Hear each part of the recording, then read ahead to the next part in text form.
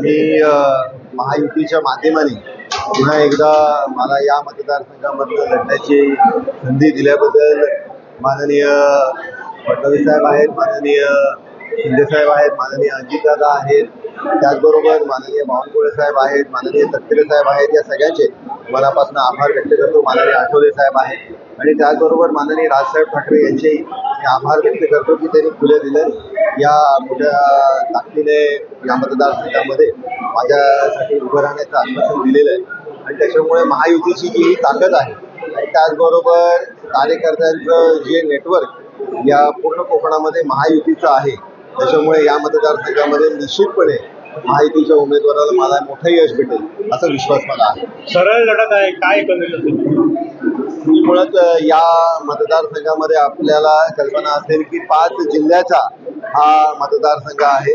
म्हणजे रायगड, ठाणे, रत्नागिरी, सिंधुदुर्ग आणि पालघर असे 5 जिल्ह्यांचा हा मतदारसंघ आहे आणि याच्यामुळे या मतदारसंघामध्ये कार्यकर्त्याच्या जीवावरच खऱ्या अर्थाने ही निवडणूक लढवली जाऊ शकते आणि ज्या ताकदीने महायुतीचे कार्यकर्ते या पूर्ण मतदारसंघामध्ये काम करत आहे किंवा जे कार्यकर्त्यांचं जाळं महायुतीकडे या मतदारसंघामध्ये आहे, त्याच्यामुळे निश्चितपणे या मतदारसंघामध्ये माझा विजय मोठ्या मताधिक्याने होईल असं मनसेने तुमच्या विरोधात नाराजी व्यक्त केलेली होती, त्यांची नाराजी कशी काय दूर केली?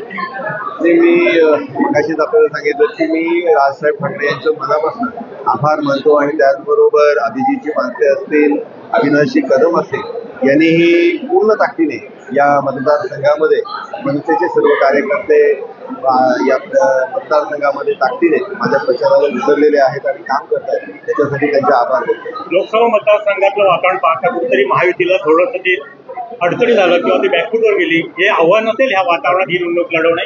आपल्याला कल्पना असेल की या मतदारसंघामध्ये आपल्याला जर आपण 5 जिल्ह्यांमध्ये बघितलं तर महायुतीचेच खासदार हे जास्त मताधिक्याने निवडून आलेले आहेत आणि याच्यामध्ये निश्चितपणे माननीय चव्हाण साहेब आहेत, माननीय उदयजी सामंत साहेब आहेत, राणे साहेब आहेत, तटकरे साहेब आहेत, किसनजी कचोरे आहेत, भारतीय जनता पार्टीचे सर्व खासदार आणि आमदार यांच्या ताकदीने या मतदारसंघामध्ये आपल्याला 5 जिल्ह्यांमध्ये महायुतीची मोठी ताकद दिसते.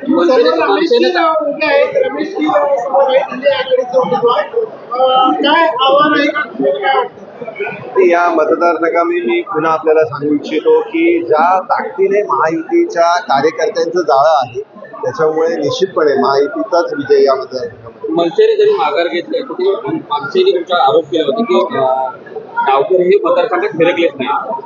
मुळात या मतदारसंघामध्ये गेली 12 वर्ष जे माझं कार्य आहे ते मी कर्तव्यपद या माझ्या कार्य अहवालाच्या माध्यमाने थेट मतदारांपर्यंत पोहोचवलेलं आहे.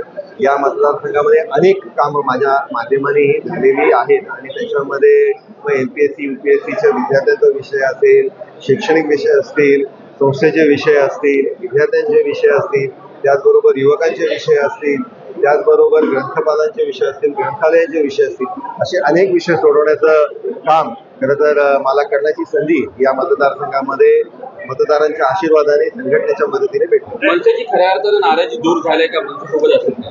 निश्चितपणे मला पूर्ण विश्वास आहे आणि ते लोक ऑलरेडी मनसेचे सर्व कार्यकर्ते ताकदीने या मतदारसंघामध्ये उतरलेले आपल्याला दिसत आहेत. माननीय अविनाशजी असतील, माननीय अभिजितजी असतील, हे दोघंही पूर्ण मतदारसंघामध्ये ताकदीने भेटतात. हॅट्रिक पूर्ण करणार विजयाची निश्चितच.